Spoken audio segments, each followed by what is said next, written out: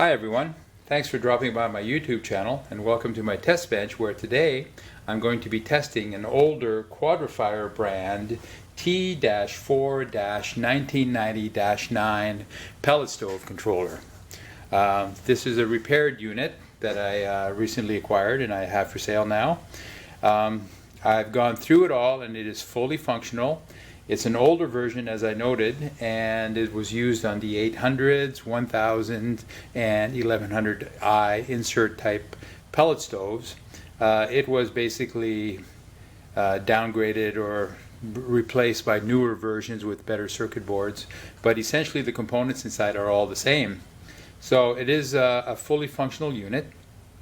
I have it connected to my tester right now, and I have it connected to a temperature simulator.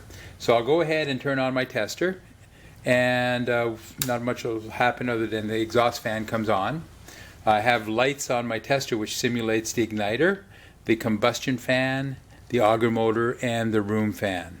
Just know that for this controller we'll never see the room fan come on because the furnace itself turns on the room fan, not the controller.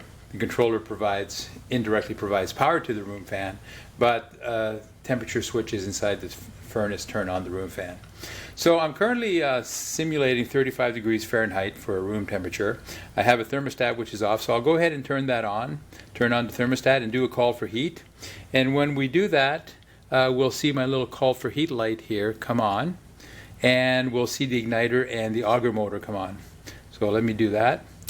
There it is. So now I have the call for heat light is on, the igniter is on, and the auger motor is on.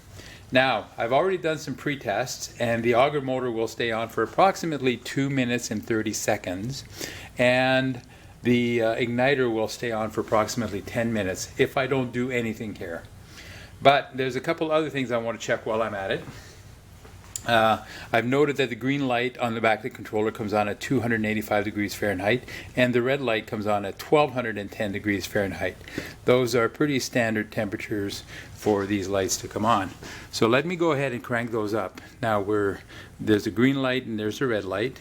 I'm going to increase the temperature to approximately 285, and we'll see the green light come on.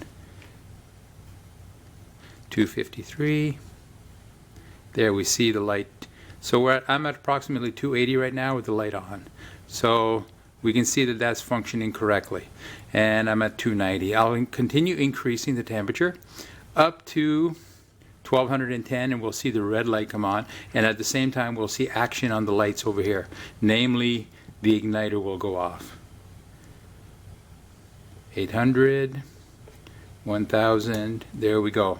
It happened. As I cycle through the temperature at about 1230 degrees, I can make the red light go on and off, and that causes the igniter to go on and off. And I can also feel internally the relay. There's a relay inside that's working. So all I can say is that that is functioning. I've already tested the 2 minute and 30 second timer. That is working correctly. And I've also tested the 10-minute timer for the combustion fan, and that is working correctly. So all this to say that this controller functions exactly like the newer models. Although it is an older model, it functions exactly like the newer models, and it is quite compatible with what's on the market today. So if you're interested in purchasing this, you can be sure that it'll work in your QuadraFire 800, 1000 or 1100i furnace. I'll also note that I'll offer a 1-year warranty with this. If you have any problems or if you're not happy with it, you can send it back and I'll offer a refund. Thanks for checking out this video. I do hope that you've enjoyed it. If you do, please give me a big thumbs up on the video and go ahead and subscribe to my channel. I would appreciate that very much.